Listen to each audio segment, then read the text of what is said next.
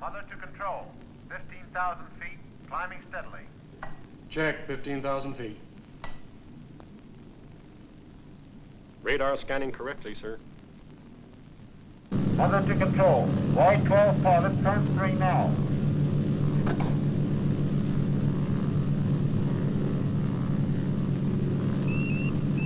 Y-12 to control. Are you reading me? Testing. Over. Reading you loud and clear. Switch on your instrument transmitters now. Over. Control. I'm switching on now. Over. Check your recorders. Are you receiving signals correctly? Motor recorder okay. Beam director checking okay, sir. Pilot's heartbeat steady, sir. Air friction recorder working correctly, sir. Electronic brain and gyros recording correctly, sir.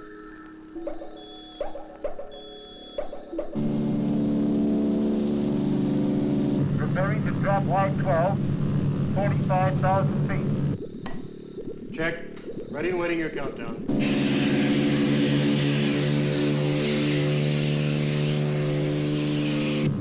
10, 9, 8, 7, 6, 5, 4, 3, 2, 1, drop.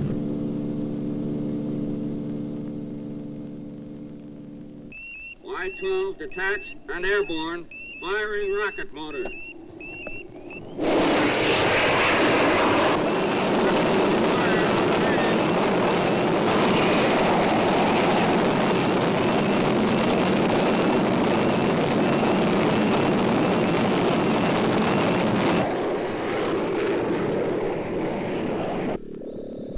Gyro stabilizers set at 080 degrees. Check.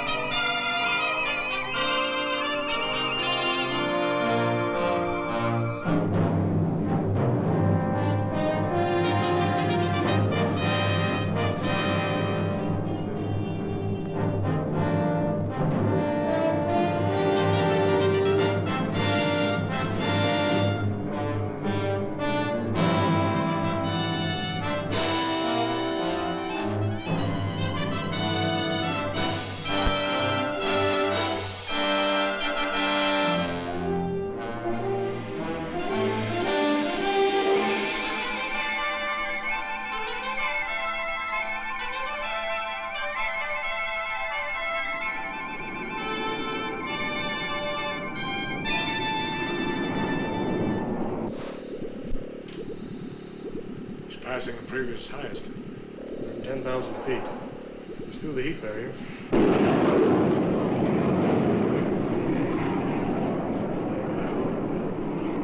Will you speak with him, Commander? He's near the controllability barrier. It will be difficult for him. Control to Y-12. Control to Y-12. Do you read me? Y-12 to control. Reading you loud and clear. Over. You are approaching controllability barrier. Steady as you go and hold on tight.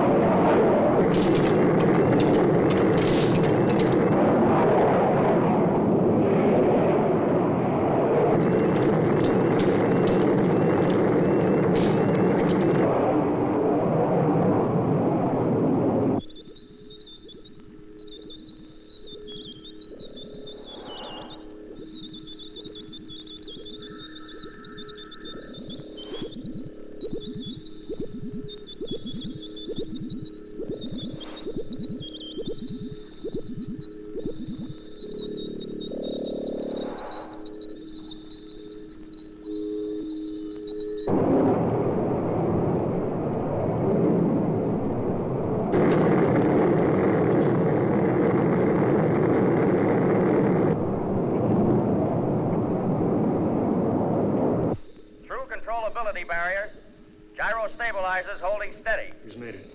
God, a big achievement. It's great. Pilot's heartbeat steady, sir. Pilot's pulse checking okay. Control to Y12. Control to Y12. Do you read me? Over. Y12 to control. All sign of G pressure gone. We have you at 230,000 feet. Check. Check. Now hold on, boy.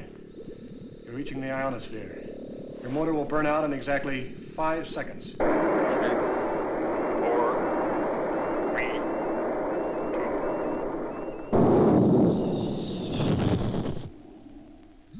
That's the burnout. He's okay.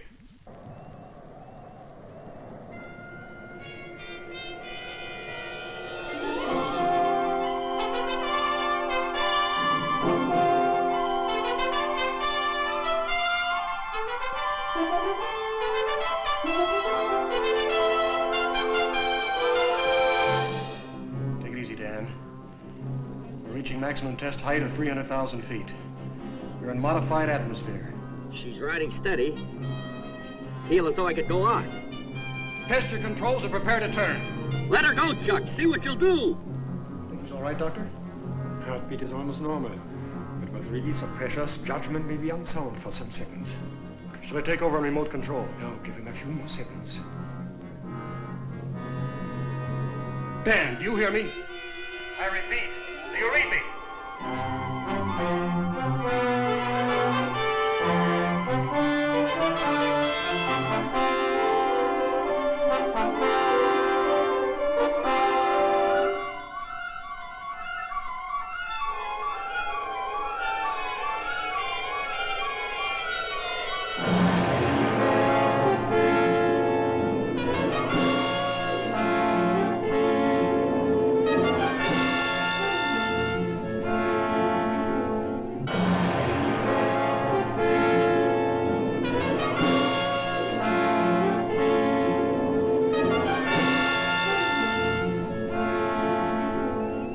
Cannot direct hands towards stabilizers. Steady me. Steady me. Electronic controls, take all stabilizers. Try, sir, but I can't get equalization. Keep at it.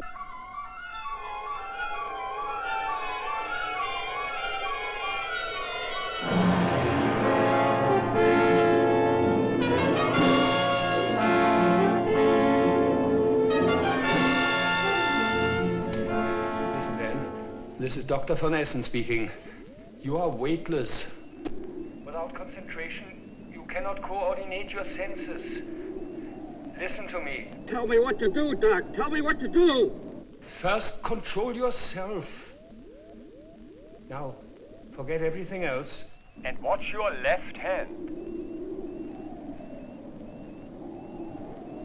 Without taking your eyes off it, put it down until it is resting on something. No matter what. Take your time. Be quick, Doctor. If he hits atmosphere at this speed, he'll burn up. When you have hold with your left hand, do the same with your right.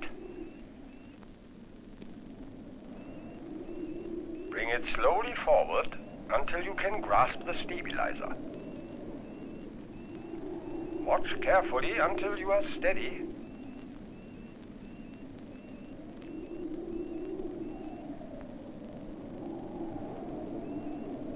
Now concentrate and you will regain control of Y12.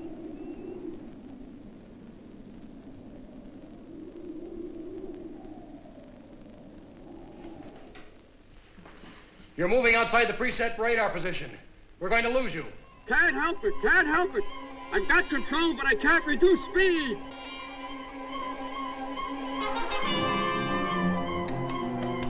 Radar control. Y12 gliding outside preset orbit. Track 5 degrees west. Tracking 5 degrees west, sir. Holy bug, it's going. His only chance is to bounce the atmosphere until he loses enough speed. Radar control. Yes, Keep sir. tracking west. Track west, keep going. Keep going. Keep tracking.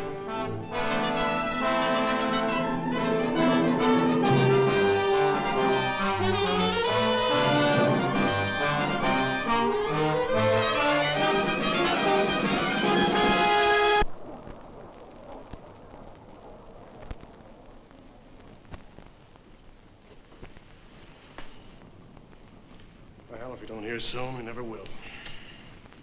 Why didn't he obey orders, stick to the test plan? They should have. You cannot blame your brother for this tragedy, Commander Prescott. For a few vital seconds, he was not himself. I wish I could agree with you, Doctor. We do not yet understand the physiological conditions a man may have to endure at such heights. My brother's always been unpredictable. He's a heck of a good pilot, the best we ever had.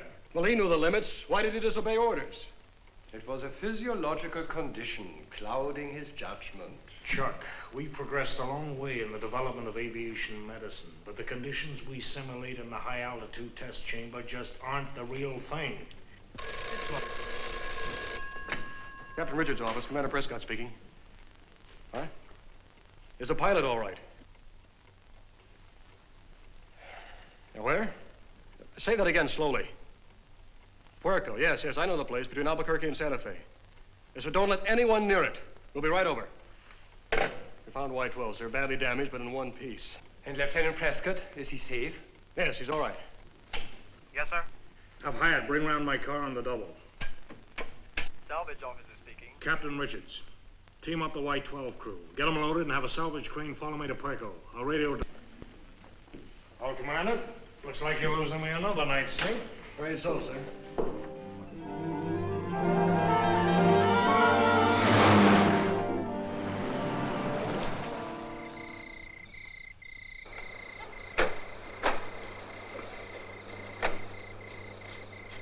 Commander Prescott, U.S. Navy.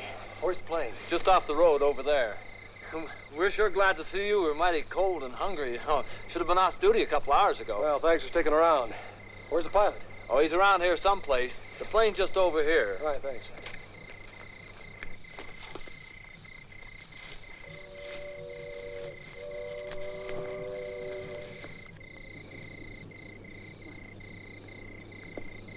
Take it easy, Clancy. It's me, Whitney. I brought the Navy.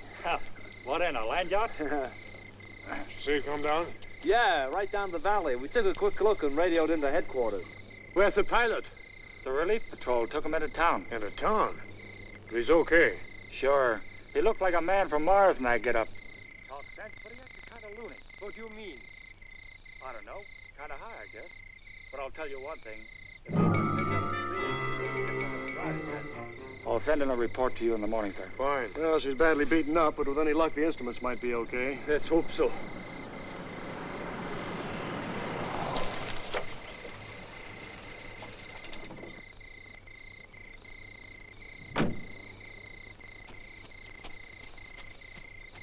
Evening, sir. Boy, that pilot's the zaniest guy I ever saw. How come? Well, he had me take him into town for a change of clothes. Said he had some dame to see. Couldn't even wait for coffee. Well, I guess I know where that'll be.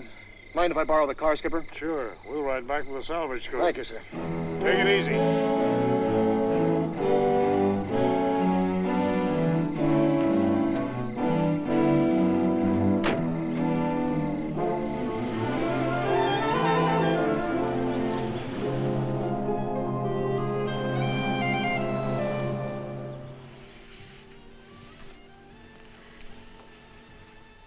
Oh, Dan, I wish you were not a test pilot. It is so dangerous. Honey, it's my future. It's our future. Who's gonna forget the first man in space? They don't forget Lindbergh or the Wright brothers. You talk too much. You can always shut me up. I will.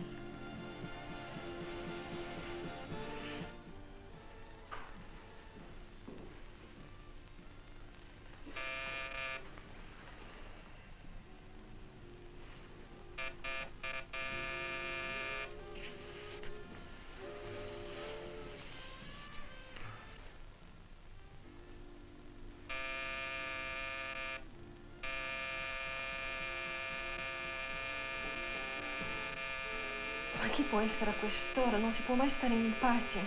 Oh, don't talk with the macaroni. Answer the door.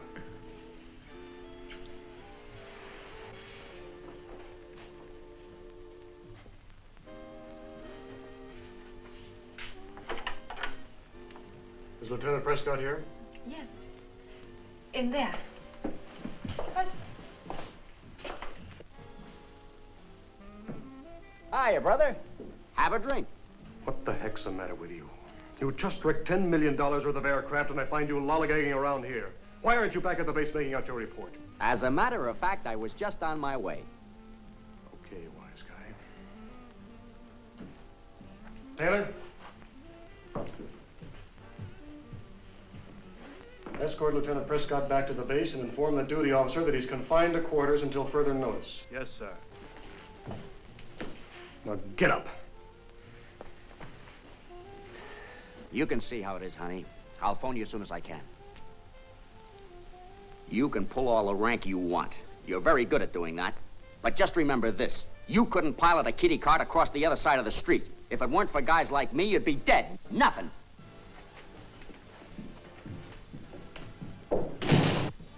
Why did you treat him that way? Right now, he has no business playing house with you. He's got a job to do, and that comes first. Not always, Commander. Dan knows what he's doing. Does he? I'm not so sure.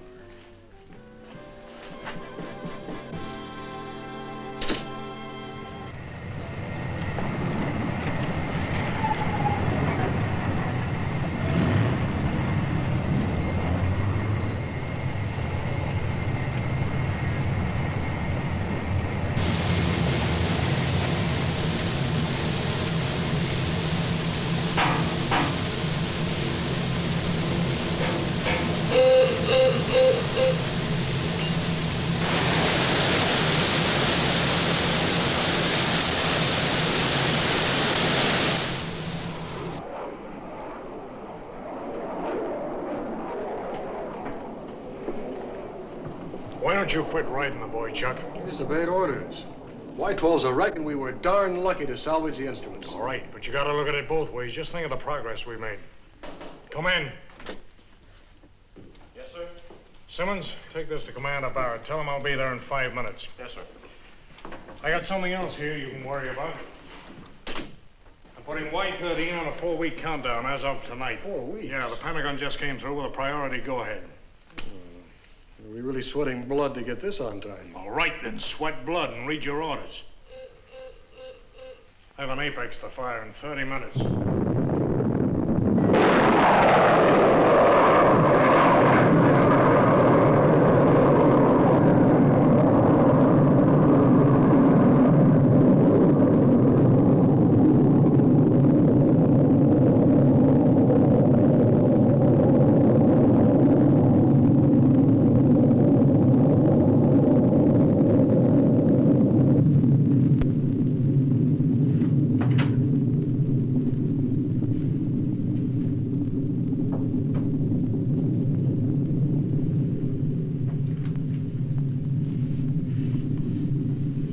Look at that baby go. Isn't she beautiful? You're, released on Captain Richards' orders. It's about time. It's not all. It seems the Pentagon is so impressed with your fame that you're to pilot Y-13. That's great. But you're not so very happy about it, are you? I just want to be sure of one thing, that there are no mistakes, that you obey every instruction given to you. Your reactions are slow up there. That's not the answer I want. What do you want me to say? I want you to say that you understand that you're the pilot, but I give the orders. Unfortunately, I think you'd do anything for this. Get off my back, will you? I'll get off your back as soon as you realize that we're developing a piloted space plane and not a record-breaking hero. All right. As I said before, your reaction is slow up there. No, we'll see to it that you get plenty of time for a checkout before the next flight. Dr. Von Essen will give you a thorough indoctrination so that your reactions are automatic. Now get your things together and get over to aviation medicine. Yes, sir.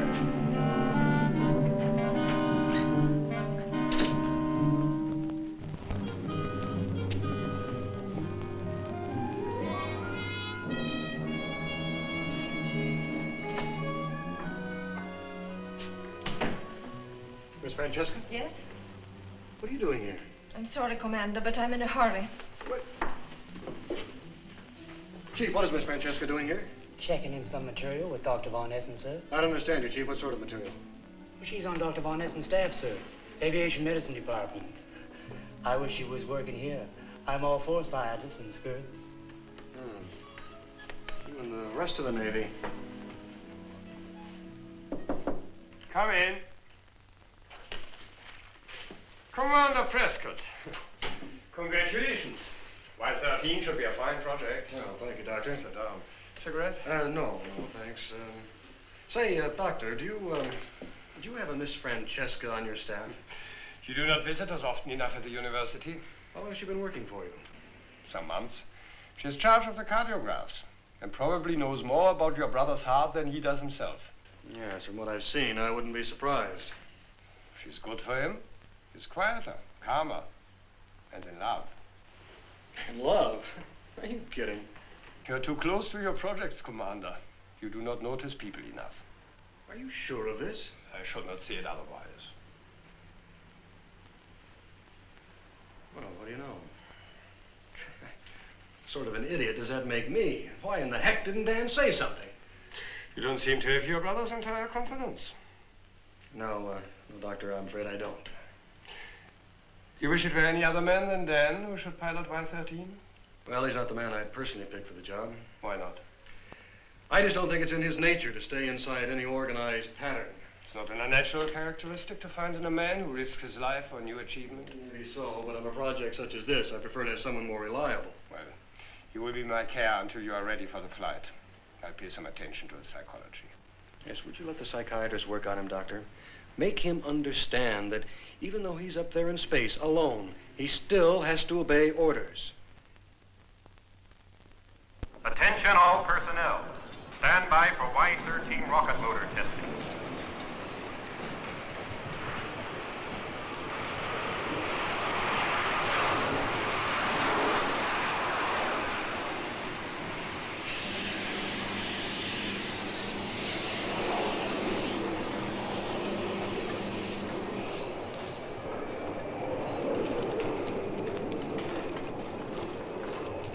Y-13 tied down. Fueling completed. Stand clear for test. Stand clear for test.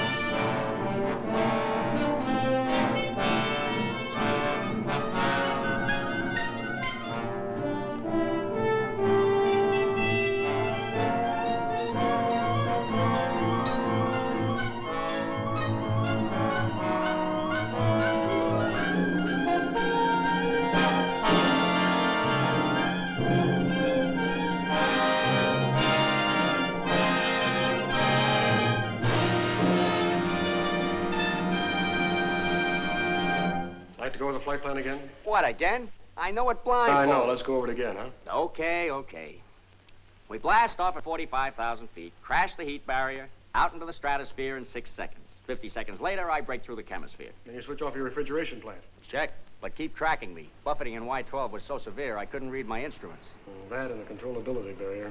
Yeah, that's really tough. It's as much as you can do to hold on. You sure you can take over when you reach ionosphere? I mean, if you want to, we can take you past Rocket Furnace. No, that won't be necessary. Now that I know what to expect, I'll be ready. Y-13 countdown. 0 minus 54 minutes. Repeat, 0 minus 54 minutes. Well, Von Esten did a good job. You look pretty good. Never felt better. I wish he was coming today, though. I like to have him around. The Air Force has priority today. Y-13 countdown. All personnel assemble. All personnel assemble for takeoff. Well, good luck. And you take it easy. Thanks, Chuck. But don't worry. I'll bring you back all the dope you need for Y-14, and then some. Come on, let's go, huh? Right. 5, 4, 3, 2, 1, drop.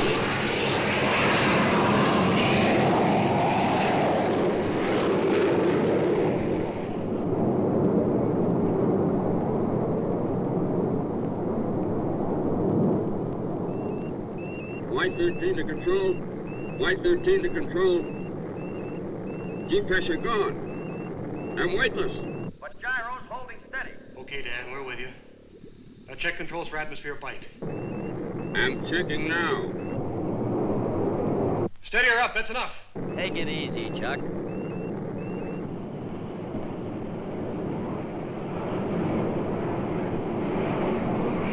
Approaching 500,000 feet. Check? Check. You're doing fine, boy. Now commence your turn in 15 seconds. Chuck, she feels like she'd go on forever. Stop talking. Concentrate. 580,000.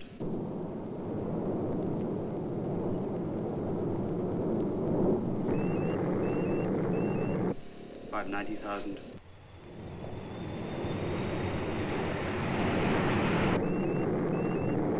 600,000. Your altitude is 600,000 feet. Prepare to turn.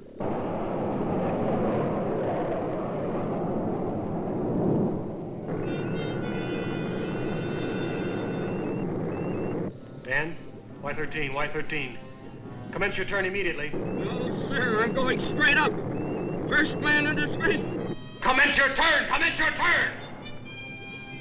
Sir, we're losing contact. Switch to remote control. Over to remote control, sir. Dan, are you reading me? So long. See you in space.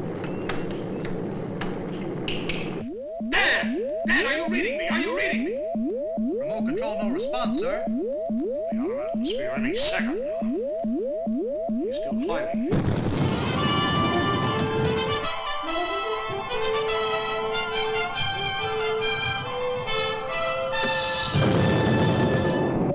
The fool's fired his emergency boost. This is an emergency. Keep all radio beams open. Instruct all radar to keep scanning constantly. Bring in everyone. Warn all spotters. This is an intercontinental priority. Yes, sir. Yes, sir. Well, he's on his own now. The first man into space. He'll either hit the moon or orbit the Earth the rest of his life.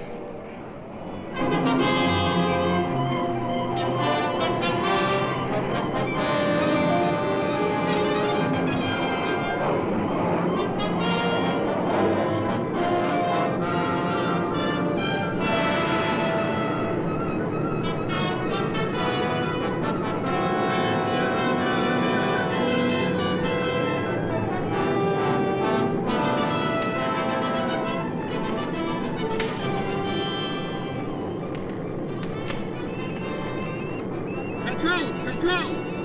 I've done it! 250 miles! I'm going to turn now.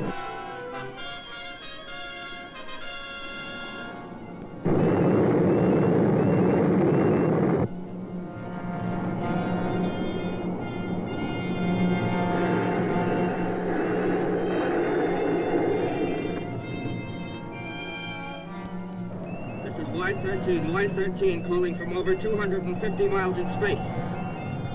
My rocket motors have burned out, and my gyro stabilizers cannot turn me at this height. I'm going to use release mechanism to catapult myself and the nose away from the plane. Control, are you reading me? This is Y-13. Control, are you reading me? This is Y-13. Y-13 calling control. I'm running into meteorite dust. Pressing ejector button now. Wish me luck.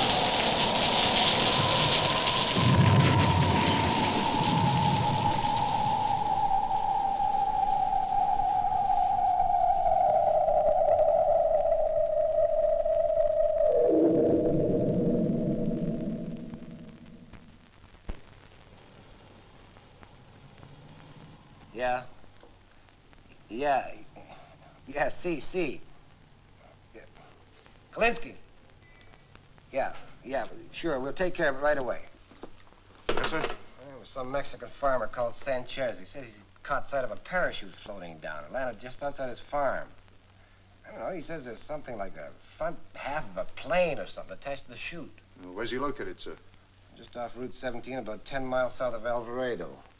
Look, you better get the nearest patrol car out there right away. Yes, sir. Meantime, I'll call the Navy base. It might have something to do with the rocket firing. Hello, get me the duty officer at the Navy base.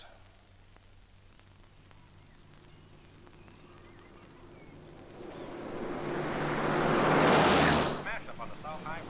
Bus full of people and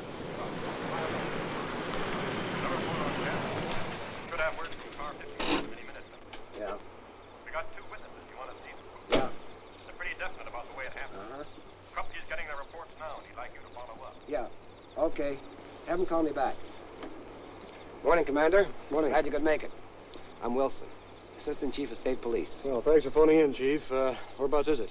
Well, just up there a ways in the bushes. Anyone hurt? Any damage? No. Dropped about a half a mile from the nearest farm. Came down like a dame in a feather bed.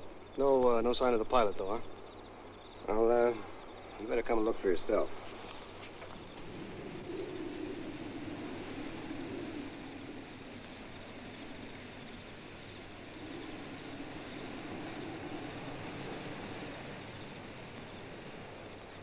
Well, what do you make of it, Commander? I don't know. It's too early to say. I've never seen anything like this before. I'll have to go into the test lab. Well, the pilots had it, that's for certain. And the smashed canopy, you mean, huh? Yeah, he couldn't live up there in space. You got a minute, sir? Why? Could you come up and take a look at what we got up here? There's a farm. Are you okay? Oh, yeah, I'm okay. Salvage crew's right behind me. Oh, well, look, will you have one of your men stand guard? I've got to go to Albuquerque and make a call. Oh, sure. I'll be here myself. Well, thanks for your help. I'm always glad to help the Navy. What's the trouble? Oh, it's this Mexican farmer. He's had a lot of cattle slaughtered for no reason I can see. Well, let's go and see. Okay.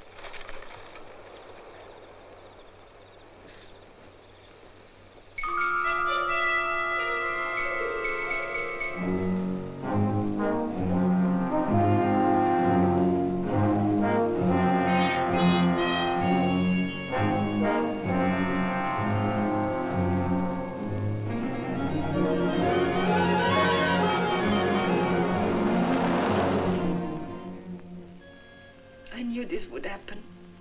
I didn't want him to go on. Yes, I understand. How can you understand? To you then it was just a piece of machinery. No, that's not true. You wanted him to risk his life. I had to put Y-13 into space with Dan as a pilot because those are my orders. Orders. Tia, Dan couldn't exist unless he were risking his life. If he weren't piloting Y-13, he'd find his own brand of danger somewhere else. He had to prove he was the best. If you knew all this, why didn't you try and stop him? I did. I don't believe you. I've been trying to stop him ever since we were kids. He was always climbing the highest tree or swimming further than anyone else. Now with Dan, it was all the way or nothing. He wanted to be the first man into space. And he was. Before we lost track of him, he was higher than any man had ever been. Higher than any man, that's all you can think of. I wanted him to give up flying, to settle down. If he had, do you think he'd ever been happy? No, you're right. But I just can't believe he's gone. I've got to get back to the base. Will you be all right here alone? Alone? Yes, I'll be all right. Well, Chuck, I didn't mean to blame you. look, I'll stop by the aviation medicine department tomorrow and see you if you'd like. Thank you. I like that. Goodbye to you.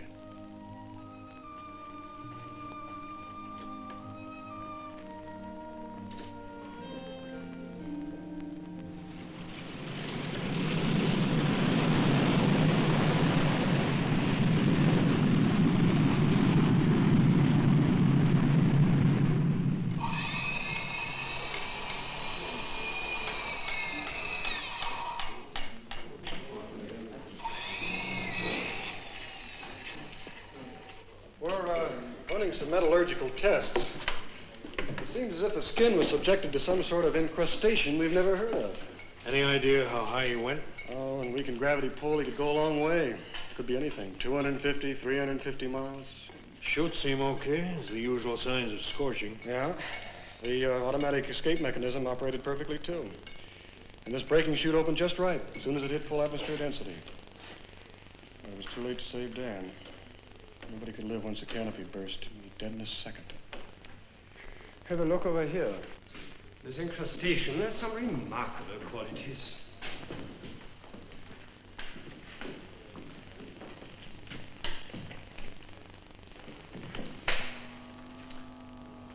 You see? Nothing. Nothing at all. X-rays will not pass through it. No luck here either, sir. Thank you. This is the infrared photograph. But the rays do not penetrate to show us what is below the surface. Then here, under the ultraviolet lamp. I can't understand it. It's resistant to any identification or penetration test we can do here. We'll take a photograph anyway. There may be some reflection we cannot observe, though I doubt it. So far, then, your tests are negative. Well, let's hope the metallurgical report will give us a line. Let's hope. Let me know as soon as you have it. Well, good night, Doctor. Good night, Chuck. Good night. Good night, sir. You know, you better get some sleep. I will, Skipper, thanks. What is this stuff, Doctor? Do you think a chemical breakdown could tell us anything? We do not even know the primary reactor. I sent a sample to my own laboratory. We may find the answer more quickly. You know, I can't get him out of my mind, Doctor. I can just see him up there now in the cockpit. He wanted you there today. Maybe if you had been. If only I had. You mustn't blame yourself, Chuck. Maybe you're right. Look, I'll check with you first thing in the morning, huh?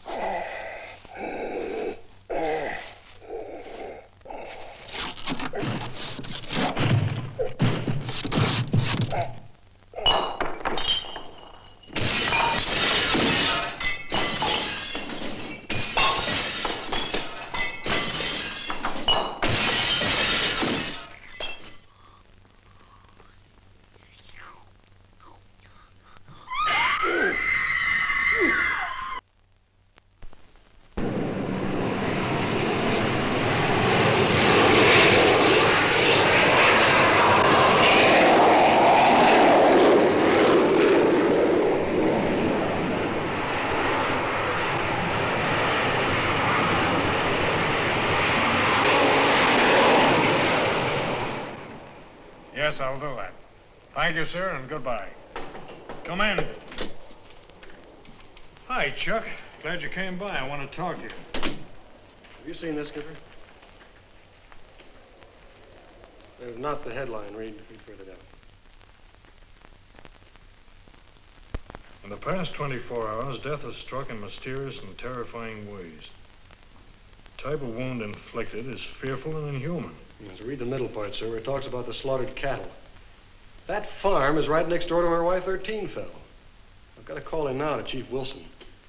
I don't get the tile. Yeah? Call for Commander Prescott, sir. Thank you, sir. Commander Prescott. Yes, Wilson, where are you? Alameda? What?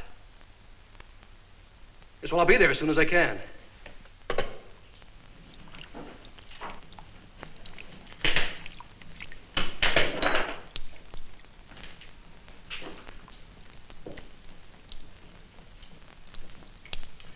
I said, Commander, about the wounds on the Mexican cattle.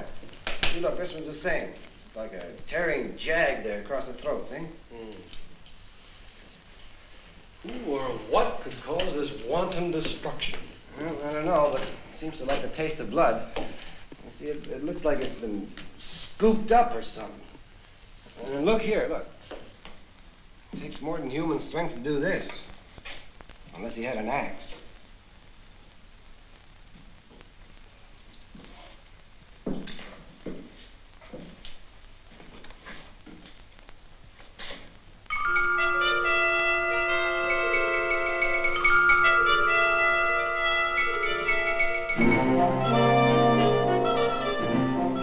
Chief. Yeah? Give me your flashlight.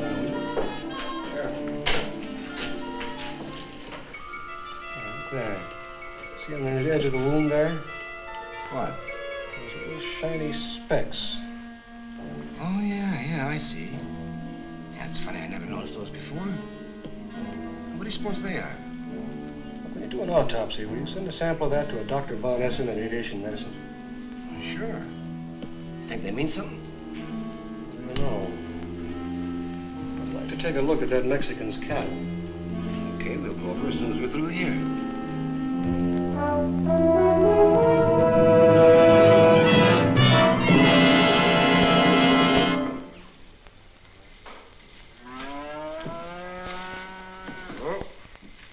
Well, there you are, Commander. Take a look. There's a dozen more like it in the lower pasture. Esta muerta, che cosa terrible. It is pietà. Who won't kill Clara? She won many prizes at Feria. You see what I mean? It's the same thing. The throat ripped right open. Looks like it kills whatever it comes near. Yeah. Any idea what sort of a weapon could cause such a gash? No, not yet, but we're working on it. Shine your light. Oh, yeah. Those shiny specks again. Mm-hmm. Would you send a sample of this also over to Aviation Medicine? Well, sure. What are you trying to say, Commander? That something from outer space came out of that missile? Well, I don't know, but I'd like to have them compared to the sample we took from the nurse at the blood bank. Okay. You think it's going to help us find the killer? Well, I can't say, but let's hope we catch it before it does any more killing. Well, I can't escape my roadblocks forever. But if you've got any ideas, Commander, you better let me in on them.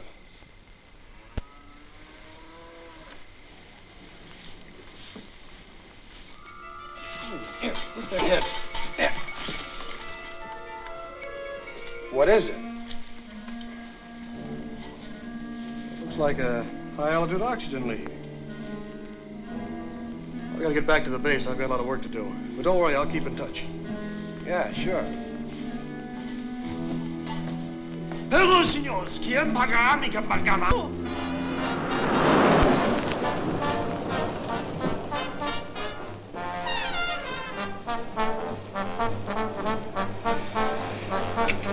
Okay, I gotta go now.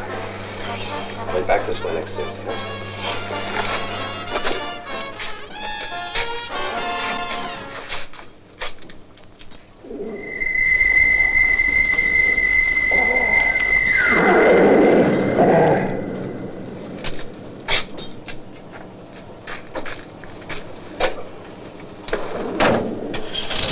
Hey, don't forget to keep my side warm. Don't worry. I won't let it get cold.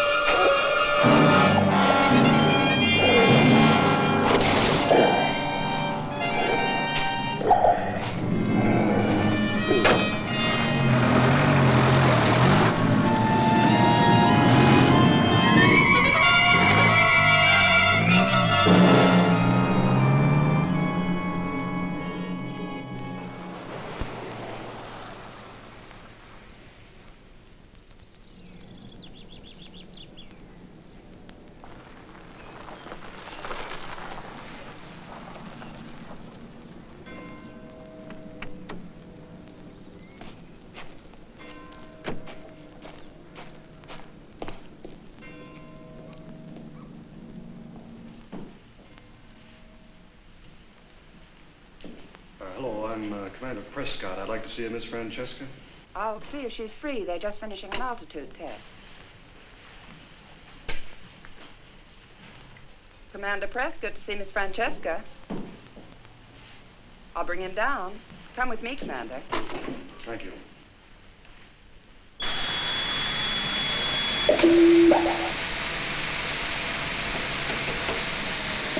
Watch atmospheric density and final reactions carefully. Only 10 seconds to normal. Right. Open the chamber.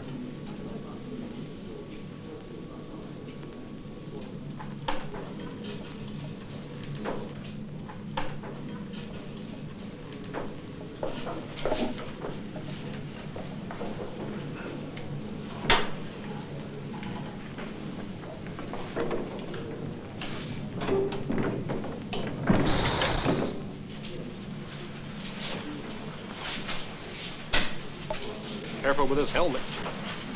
Oh, dear. Hello, Commander. Good to see you. How are you feeling? All right. I've got plenty to do. It keeps my mind off. Yes, it does, though, doesn't it? I was on my way over to see about some blood tests the police sent over this morning, and I thought I'd stick my head in and say hello. That's very nice. Do you want me to see if they're ready? I'd appreciate it, thanks. Pathological? Hello? Are those blood tests ready for Commander Prescott? They are. Could you please send them down? He's waiting for them. Thank you. Well, it's fast work. We try our best. Do you want some coffee? Yes, I would, thank you. Black? Please. Sugar? No, thanks. Fine. You look tired. Well, maybe this will help. How did you ever end up in Albuquerque? I came with my father 2 years ago. He and Dr. Van Essen were very good friends. They were at school together. And when my father died, Dr. Van Essen asked me to stay on and help him. What part of Italy are you from? Turin, from the north of Italy. Ever get homesick? Not anymore.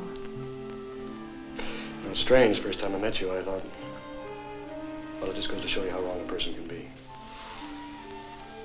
Do you want some more coffee? No, thanks. That's fine. Thank you. Embedded in both samples are innumerable particles of meteorite dust that show no sign of structural damage, such as would be expected from passage through atmosphere. Detailed analysis will be needed before a confirmed opinion can be given. The full report is requested on the origin of the dust. Has this got anything to do with Dan? I don't know. Look, Tia, I've got to get back to the base. I'll see you again as soon as I can. Thanks for the coffee. Goodbye, Jack.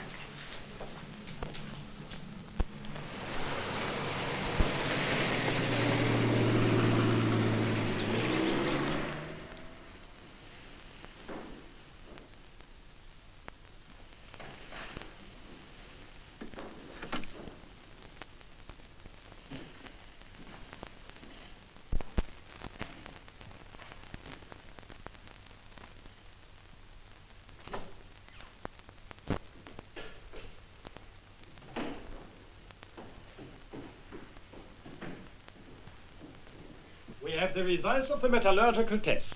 Hang on a second, will you, Doctor? I'd like you to take a look at this. Later. Come over here. I want to show you something.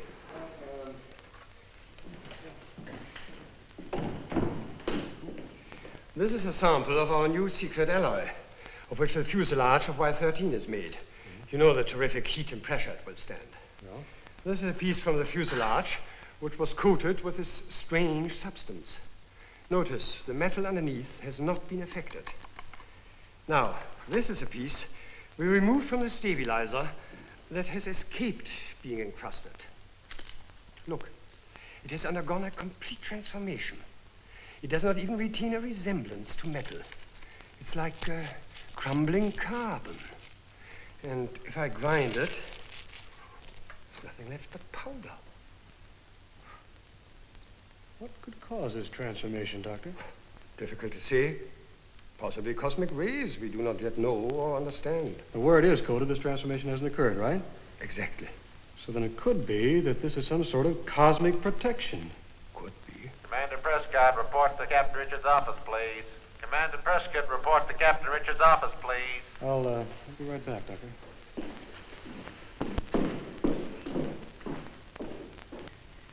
Although I accept your explanation, Senor Capitan, there is no doubt that it was Providence that His Excellency was not killed. But the place where the tail section of Y-13 fell is 10 miles from your town. What is 10 miles, Senor, when you do not know where your missiles go? What's he getting at? He's referring to the rocket that almost hit Juarez. But that was a captured German V-2. It happened nearly 10 years ago. What is 10 years, Senor? You still do not know where your missiles go. He has the whole story, sir. The low-flying projectile you lost over Argentina last year, the Apex missile that disappeared last week. That is so, Senor Capitan. Where are they, eh? As if I knew. If they're not up there, they must be down here.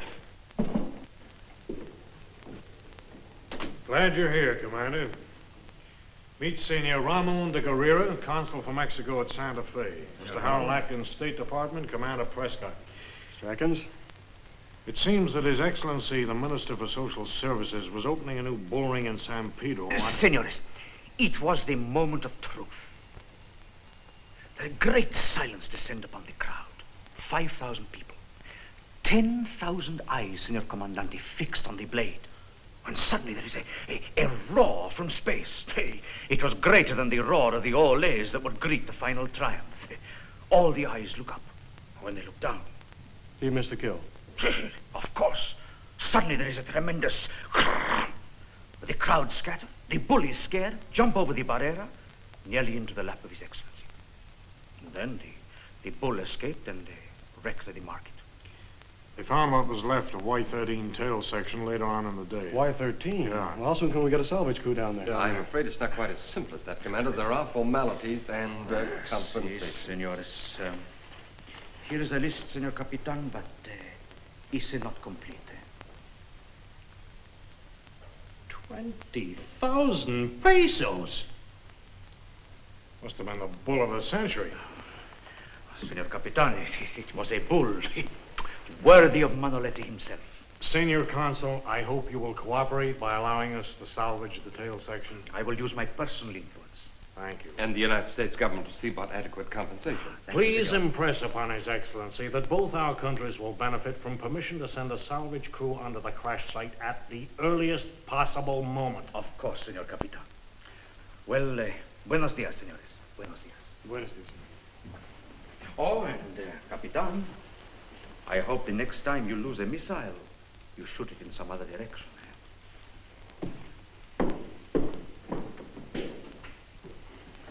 Boy, we fire a dozen missiles every week. Because something goes wrong once in a while, this kind of thing has to happen. Now, look, Chuck, Wilson's just called. Things are getting pretty serious. There have been 3 more killings. 3? Yeah. Did he give any details? Mm-hmm. A truck driver at a roadside diner just outside Los Alamos, and an elderly couple up by Green Valley. Oh, Green Valley? Why, that's...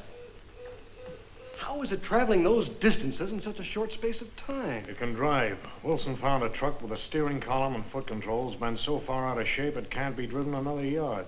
Ah, I'm beginning to get a picture. We know it has great strength. It's clumsy, smashes everything it touches.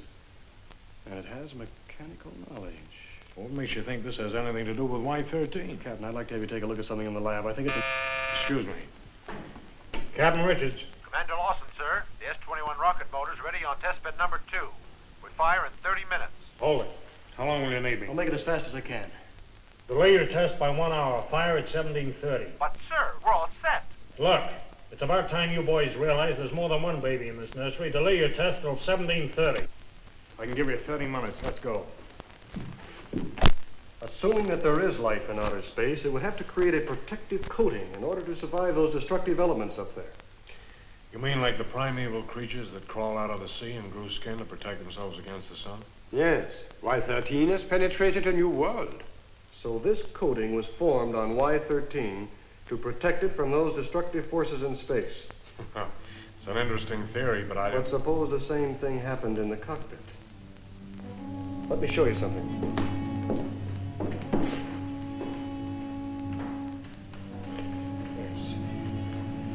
You notice this is flexible and harmless to touch. Let me demonstrate on this piece of sponge rubber in here. I'll wrap this around my hand. Watch this.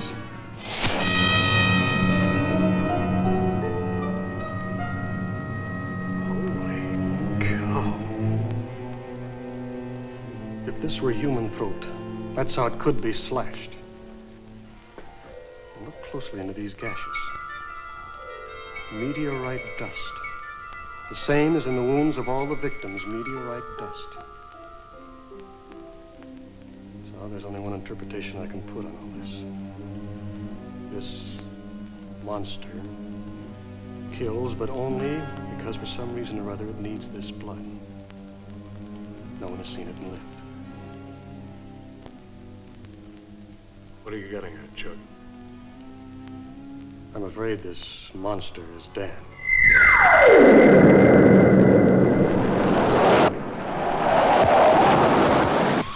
Say, that guy's off course. Yeah, he's loaded okay.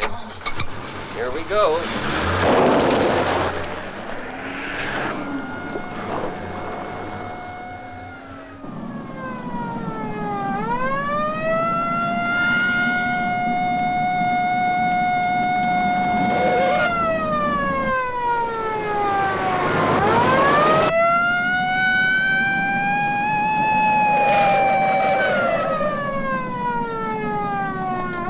Hold on, I'm gonna take him.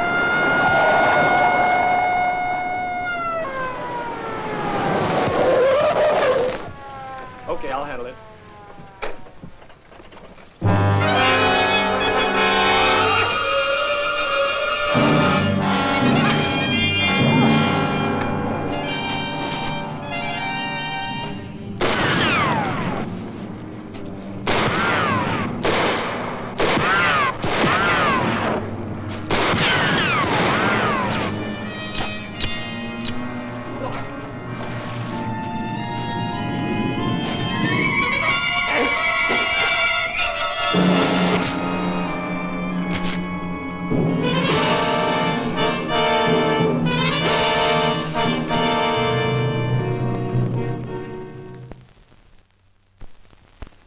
Dan's metabolism must have changed, but what form has it taken? Without knowing the kind of cosmic rays to which Dan was subjected and their effect on the physical basis of life, I could not say. Perhaps it caused a blood change. Boy, it's incredible to think of your brother as a blood-drinking... Tia, would you get Dan's metabolism charts and cardiograms? We're going to need your help. Yes, I have them all here. Suppose when the canopy burst, his blood absorbed a high content of nitrogen. Then he would die. The human body cannot survive in rarefied atmosphere without the protection of space suits and pressurized cabins. Yes, but you're forgetting about that protective coating on Y-13. And if it formed quickly enough on Dan... Yes, it might have kept him alive. And if, instead of death, a new metabolism was created which starved his body and his brain of blood, what then? We know very little. Only that by some mysterious means, the cells controlling growth and reproduction are changed by exposure to some cosmic rays. Beyond that, I could only guess. Yes, I'm only guessing too, Doctor. But I think Dan would be more at home in space than on Earth. And what has been going on hasn't been wanton killing, but only his need to replace this blood that has been changed. But he would need some proper transfusions. It would be useless to drink it. Yes, unless he was obeying some animalistic instinct.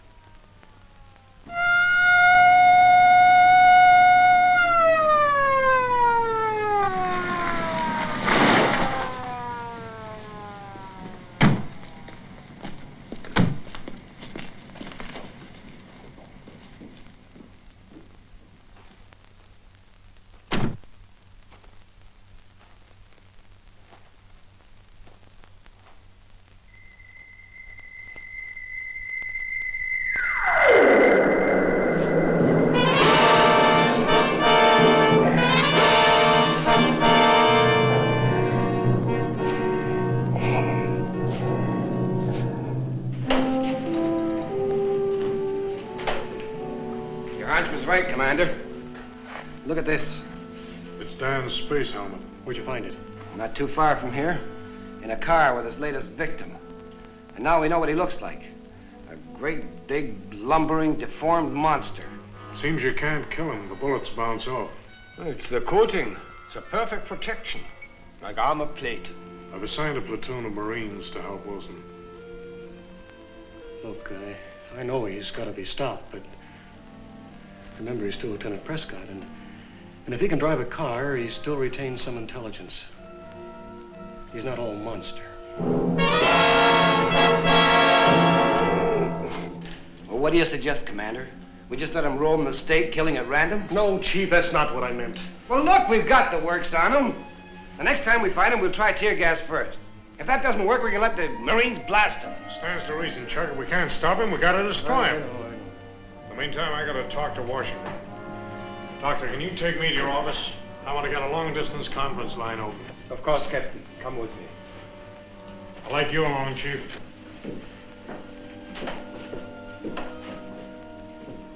Chuck, why did this have to happen?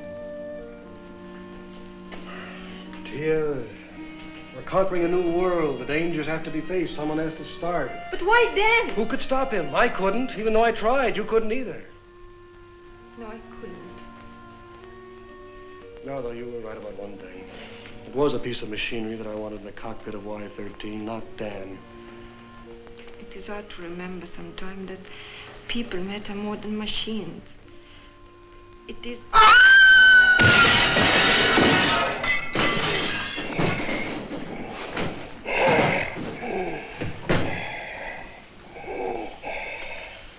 Well, he can't breathe.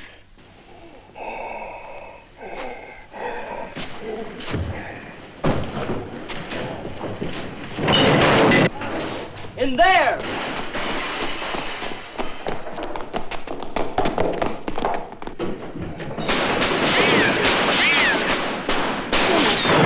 Stop firing! Leave him alone!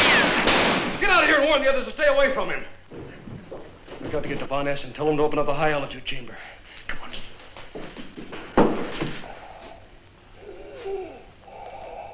Where's your nearest PA system? Reception hall. You better get to Von Ness, and I'll stick with Dan. Go on.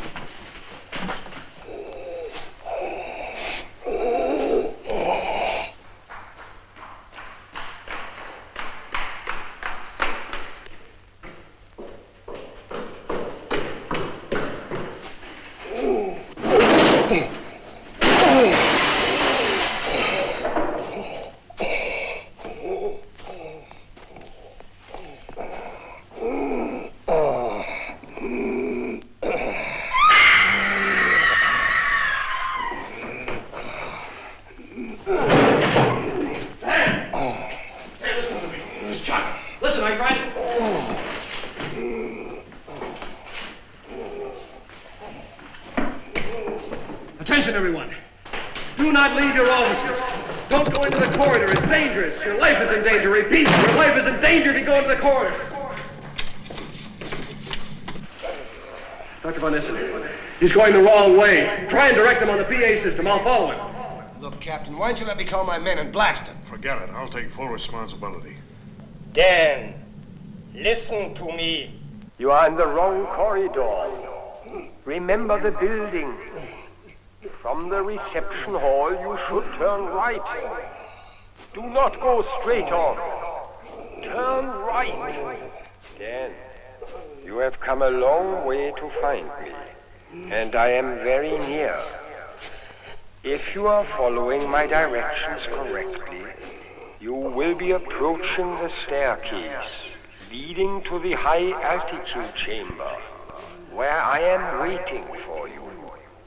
Remember, you must turn left onto the staircase. If you are on the staircase, you are almost there. Then, try hard to remember. The chamber is at the end of the corridor, leading straight from the bottom of the staircase. Take your time, then. I'm here, in the high-altitude chamber, waiting to help you. Come straight into the chamber.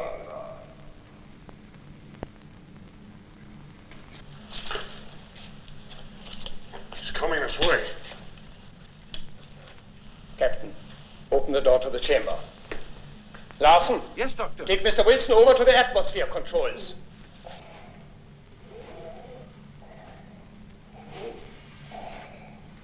Get as many recorders in operation as you can.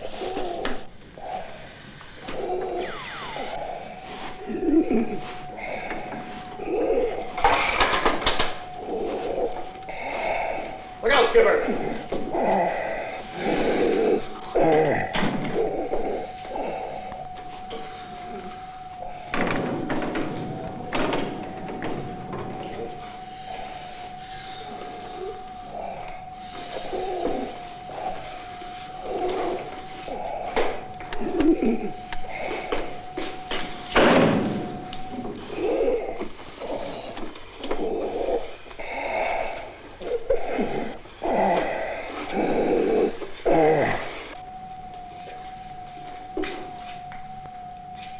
Those hands, you'll never be able to connect the inside controls. I'm going in. Chuck, you can't. I've got to. Chuck!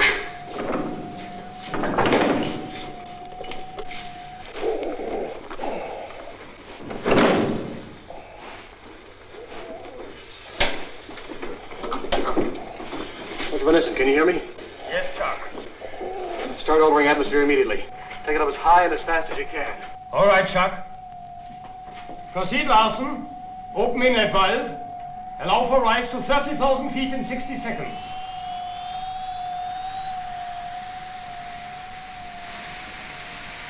Beam down, Chuck. Dan, it's Chuck. Your brother, don't you know me? It's Chuck. We want to help you. We want to help you, Dan.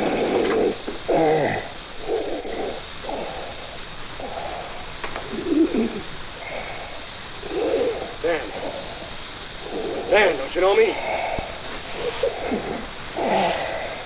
Chuck! It's Chuck! Don't you know me? Chuck?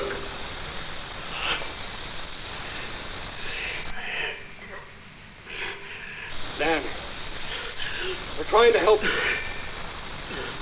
Sit down in the pilot's seat. Sit down. That's right. Back up. Easy. Sit down in the pilot's seat. Back up, down. That's right. Dr. Van Essen, give me some oxygen, quick. All right, Chuck.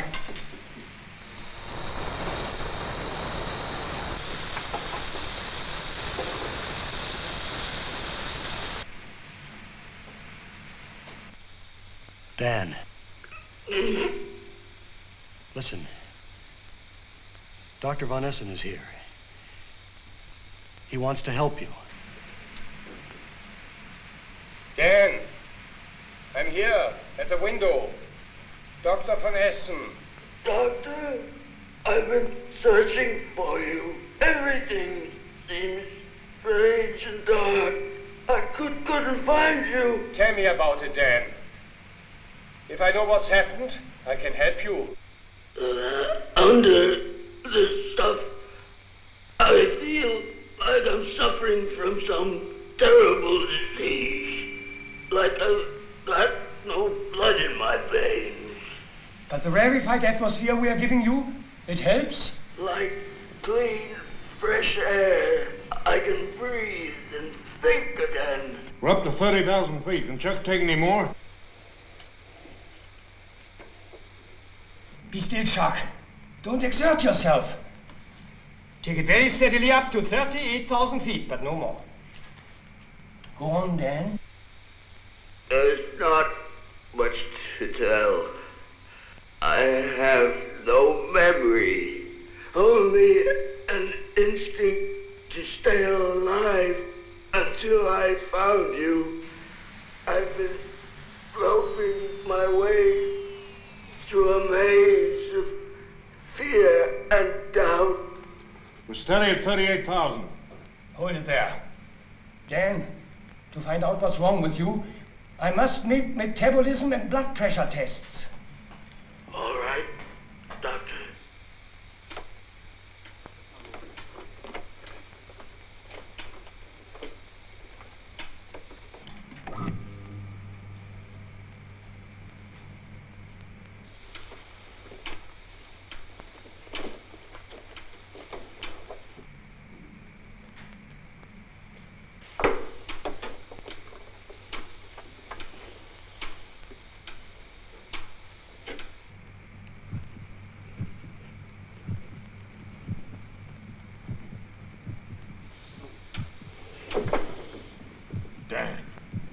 Hey, tell us what happened up there in space. It was like running into the tail end of a hurricane. Only it was a stream of meteorite dust we hit. At first, it was like 50,000 machine guns, all hammering at once. First the canopy, then my visor melted. I thought my blood was starting to boil. Then this coating started to form, fast, cooling and protective. But it was too late. The last thing I remember was pressing the button of the nose ejector. Then I thought I died. How high did you go, Dan? About 250 miles. Maybe 300. I don't know. Chuck, did you hear that? Yeah, Dan. I'm listening. You thought I was kidding when I said I'd bring back all the dope you wanted? Well, I've got it all. With the covering of this stuff, Y-14 will be able to go through that meteorite dust straight up. It will be able to go on forever. Rest, Dan. Rest. You can't breathe. Take it higher. Chuck, it's no good. I'm finished. We shall take him higher. But if we do, we kill Chuck.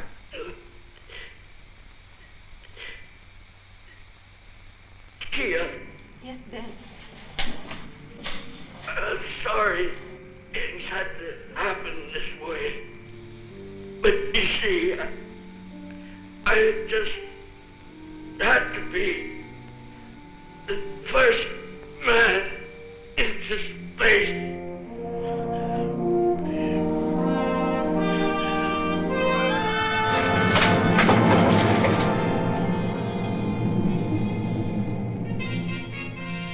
Neutralize atmosphere.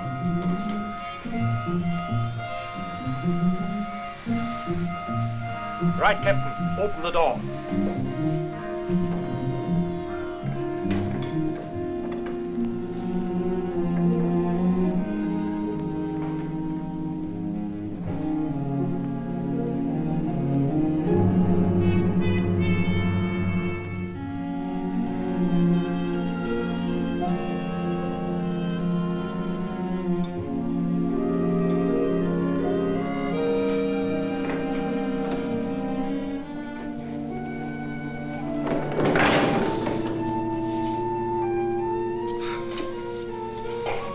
No, dear. Take care of Dan, will you? Sure.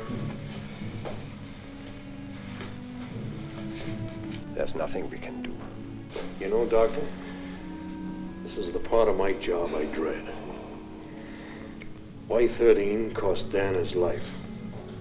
We go ahead with Y-14 soon.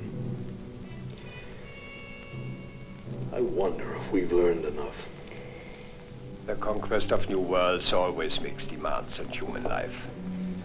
And there will always be men who will accept the risks.